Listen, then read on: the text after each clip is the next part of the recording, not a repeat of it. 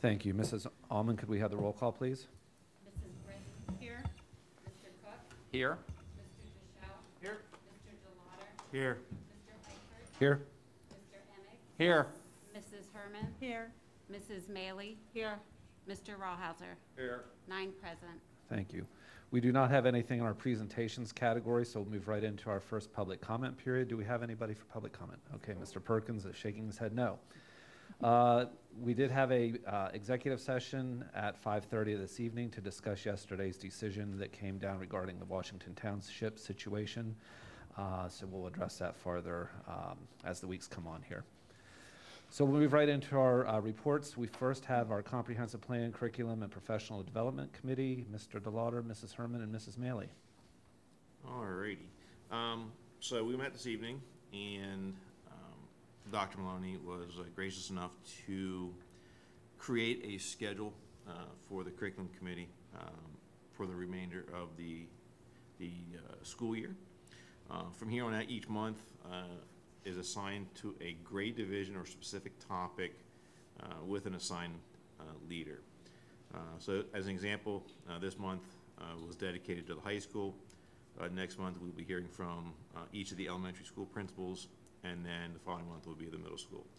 And again, the thought process here was this will help assist with the transition to a new superintendent. So with that said, Mrs. Fazek joined us this evening and just gave an update at the high school. She shared some accomplishments that occurred at the high school, as well as some challenges that they've been facing, some discussion that they had on minimum grading, and then went over the course selection guide. So just give you a couple of things here.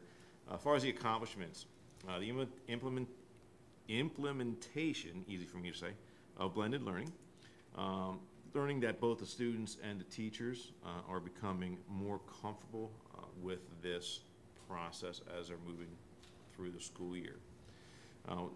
Talked briefly about how our students that are returning to an in-person instruction, and there are currently 55 students that are changing how they're doing their instruction. And of those 55, 35 are actually coming back into the building. They are in the process of building student morale. That's also kind of relates to one of the challenges that they have. And just to jump ahead on that, they're seeing students are having a hard time being motivated in school, and the morale is very low. A lot of reasons behind that. They're still trying to get a handle on what all those reasons are and how to deal with those morale. But one of the things that they wanted to do, and something that they don't often do it at the high school level, is they created at the end of the first semester kind of that you're end of the first semester, but you're really not starting the second semester yet. So they are doing a movie day where the students were given choices of a movie, and once those final choices were made, they're going to give that go to like a 2-hour, I think, early dismissal schedule, and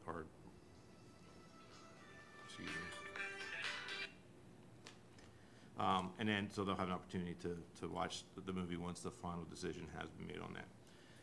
They've also are doing well with their compliance with the COVID safety plans. They are dealing with some of that with those repeat offenders as kind of like a dress code violation for those students who may have a difficult time sticking to the mask wearing, those type of things. But all in all, the students are doing well with that compliance. And then they've also were able to acclimate their new administrative team with the moving of Mrs. Weekland to the Sabre area and getting a new assistant principal in there. So just kind of getting everything ready with them. And then obviously the big one was the new facility.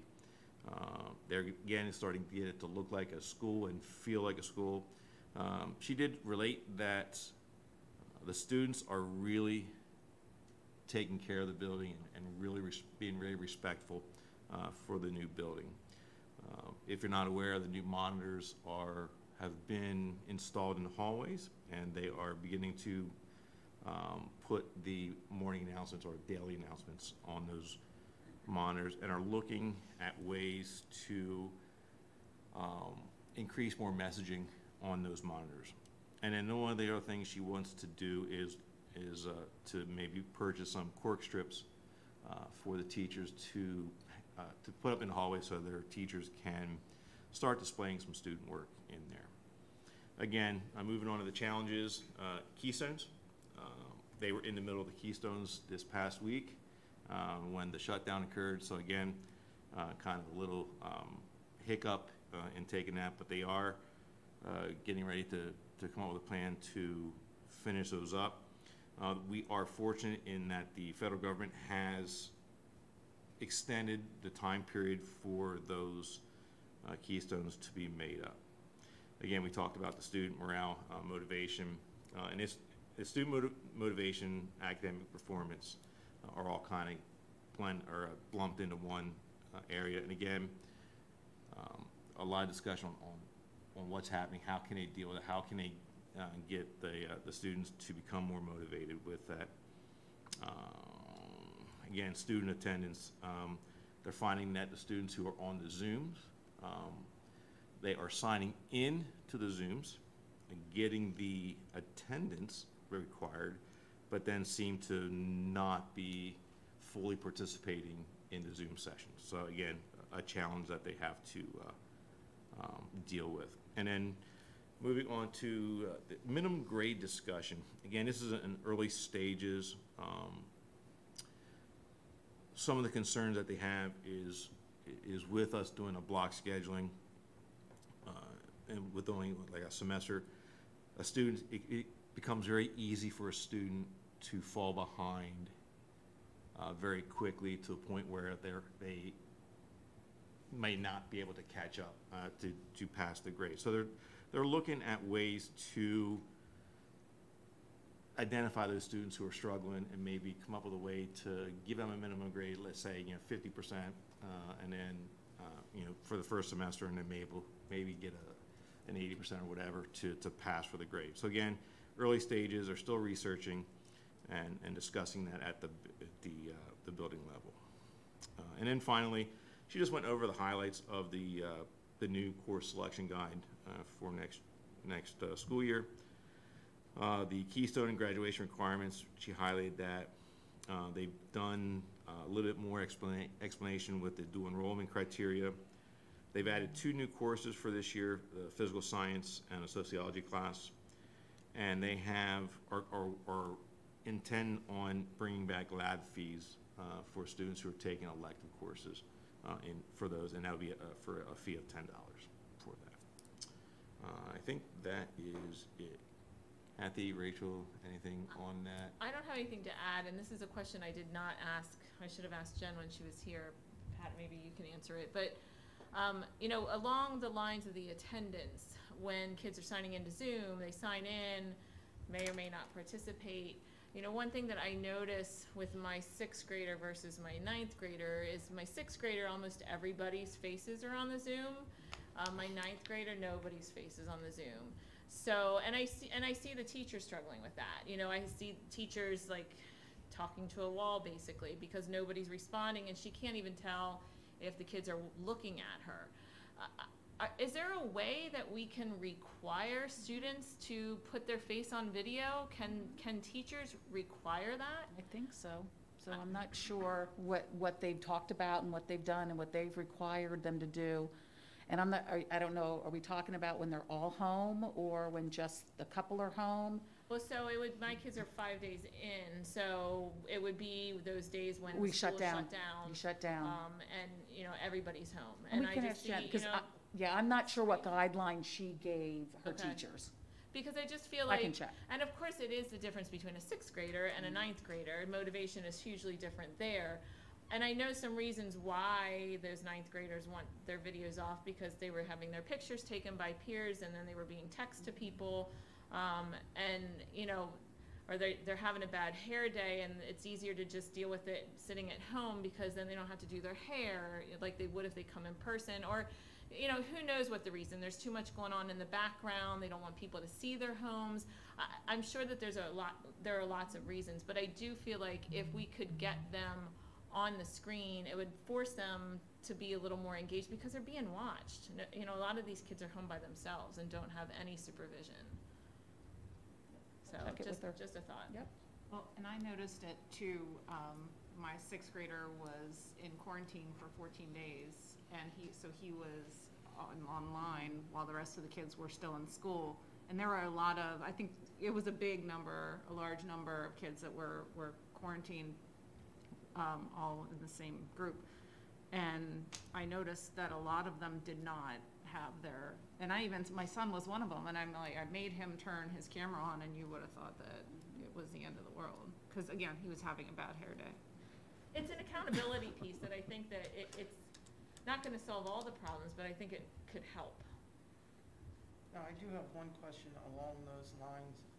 With Schoology, is there a way that it reports if, like, my kids are at home, they're due 100% online right now. I don't know, like, I can ask them if they've logged into the Zoom meeting, but I can't tell. Is there a way that the teacher is able to say, hit a button for a class roster, they select that, yep, my student was there for their Zoom meeting?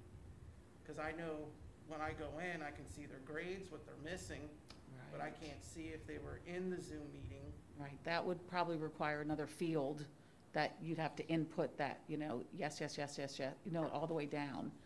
I don't know if it has the capability or Yeah. not, but it would be nice to be able to say, yep, my kid was there, Or if they sign into Schoology, is there some way that it keeps track of, oh yeah, this student with this number or their name was signed into Schoology and doing work for X number of minutes? I don't know if there's capability of I'll check knowing it out. that or not.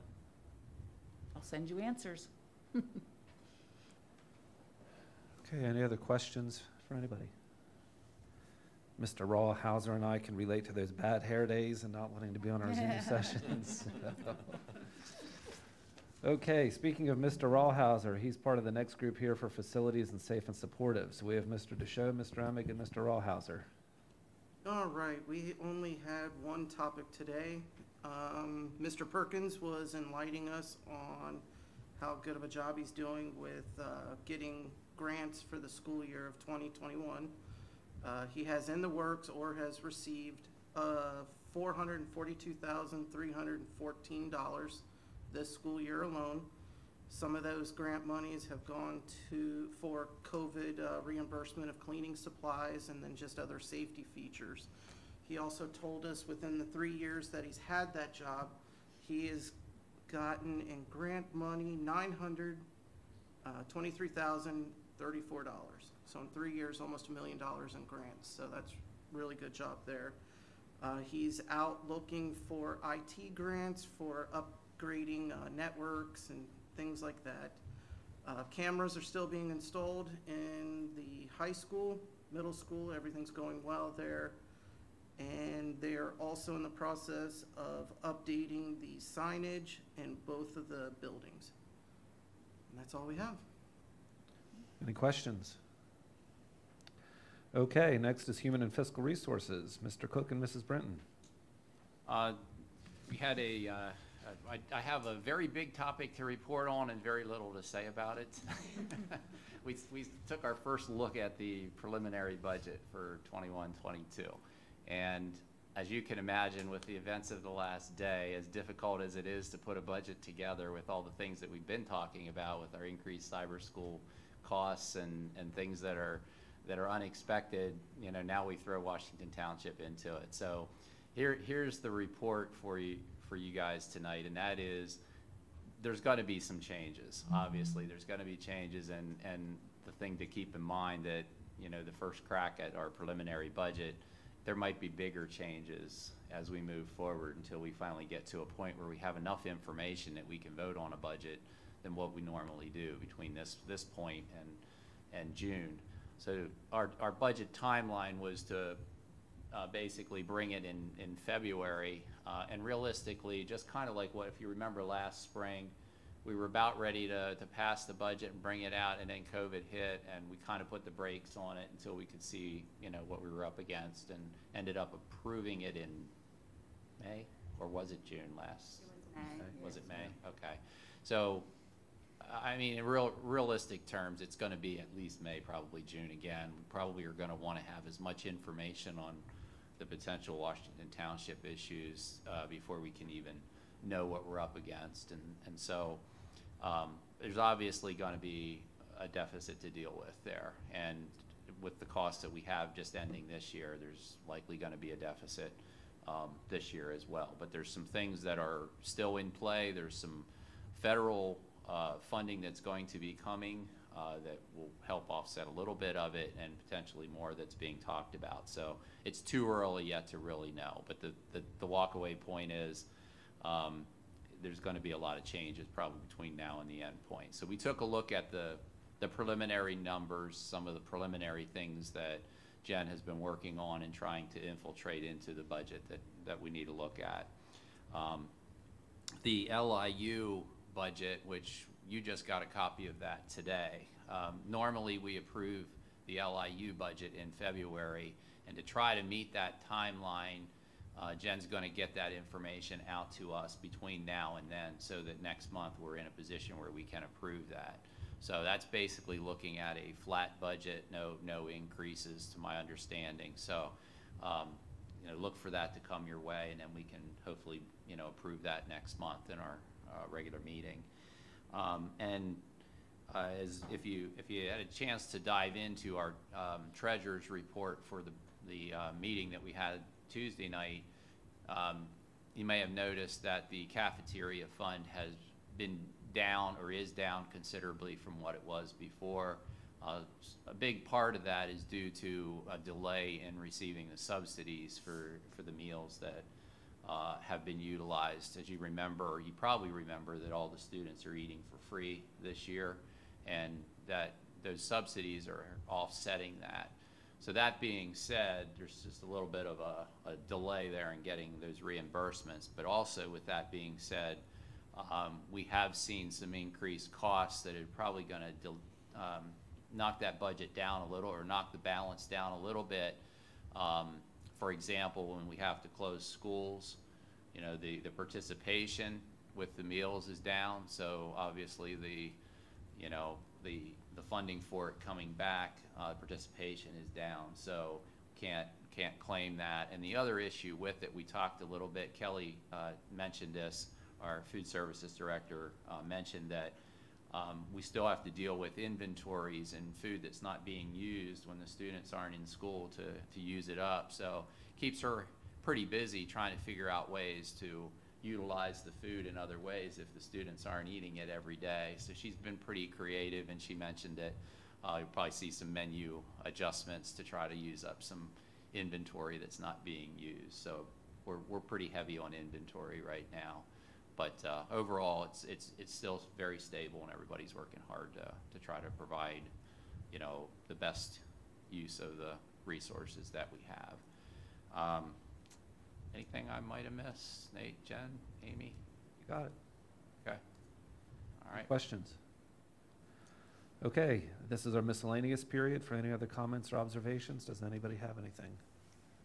I know this is Dr. Maloney's last year, and from a personal, I just want to say from a personal standpoint, working with you for the last 3 years has been an absolute honor. I think you have brought so much to the table, so much to the district, and your leadership is definitely going to be missed, and whoever takes your position is going to have some huge shoes to fill. So I want to thank you for having the opportunity to work with you.